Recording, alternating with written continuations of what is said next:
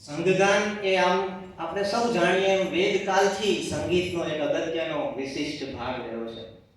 તમે એકલા પ્રાર્થના ગાતા હો અને એની જે અસર થાય એના કરતાં તમે શાળામાં જ્યારે સમૂહ પ્રાર્થના કરો અને જે એક બળ મળતું હોય છે આપણે સૌએ અનુભવ્યું હોય છે. સ્વર સપ્તમીની શરૂઆત સુરેશ જોશીના ઘેર 2018ના વર્ષમાં થઈ.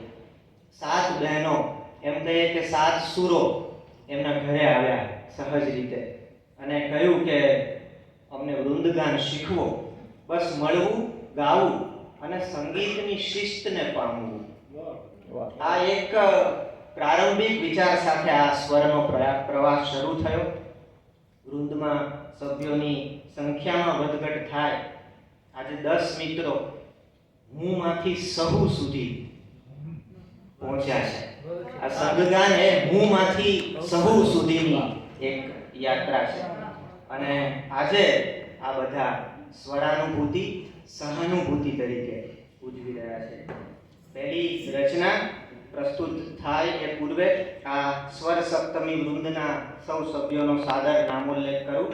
ફોરમ મહેતા, ખ્યાતિ શાહ, જોની શાહ, દર્શના પુરોહિત, હેતલ શાહ, પ્રીતિ જોશી, શિલ્પા બગડિયા, મહેદીશ વૈદ્ય અને ધ્વનિ પુરોહિત.